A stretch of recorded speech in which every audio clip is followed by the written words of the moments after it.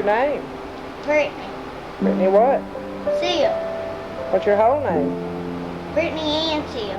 Whenever I was 7 years old, my mom informed me that we were moving from Bearden to Fordyce.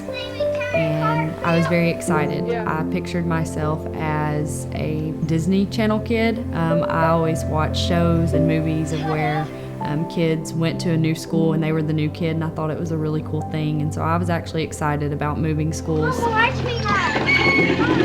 that summer, my mom and I went to Fordyce Elementary and saw the list of what students were in what class, and I remember finding out that I had a male teacher. So I started the 3rd grade. I remember my first day. I was excited. I was in a new school.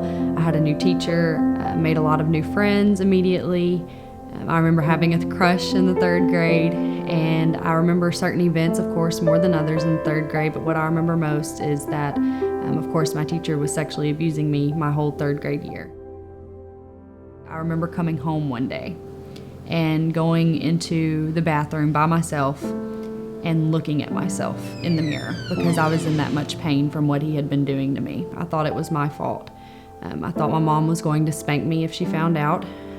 He actually came to my house and visited my mom and my grandpa, sat in the living room and talked to them, won them over. They loved him. He told me that he loved me.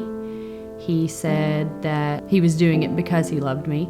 And he did it in his classroom, behind his desk. All of the students' desks were facing the other way, away from his desk, so you could not see his desk if you were sitting at your desk as a student. I was just completely manipulated. Growing up, going as a teenager and going into adulthood, I just really started remembering detailed moments of what he did to me and just, how he hurt me and how it was affecting me later with my relationships because he took my innocence.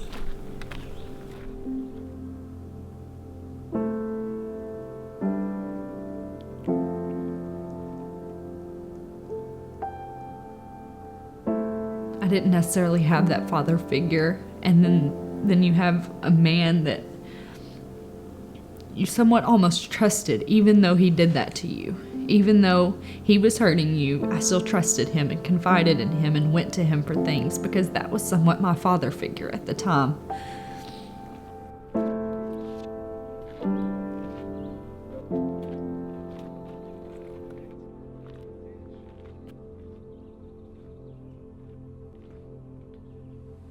I started competing when I was 14, and I did pageants where all you did was walk on stage, you got a score of 1 to 10, and then you walked off stage. You didn't do anything else. And I remember my senior year being introduced to pageants that have on-stage questions, and I completely ran from those pageants. I said that I do not want to speak in front of anyone that I don't know, or especially a crowd of more than 10 people. And then that's when I was opened up to Miss America organization. I was researching it on YouTube. I realized that it was the largest scholarship provider for women in the world, and that it has so much more than just walking on stage in a dress. And so in order to compete in the Miss Arkansas organization, a platform is a requirement. Every single contestant has to have a platform. And so I knew that immediately my platform would be preventing child sexual abuse because it happened to me.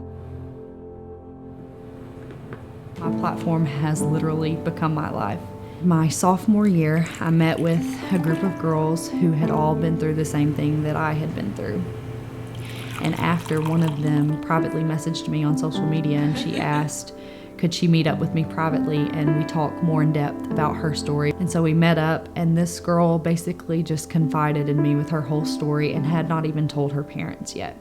And of course I helped her get the help that she needed and eventually tell her parents. And that was my breaking moment when I realized that I've got to do something about this. If I am becoming comfortable with my story, if I am comfortable with telling it, I can make a big impact.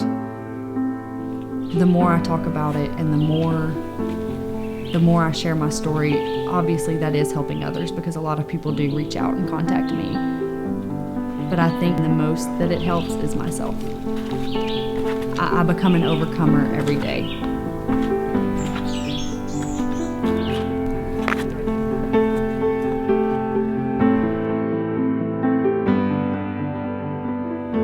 Yes, I overcame whenever I broke my silence. Whenever I told my mom, yes, I overcame then.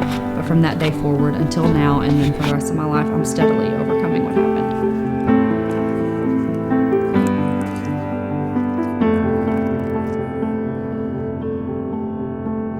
Because I spoke up, I am an overcomer.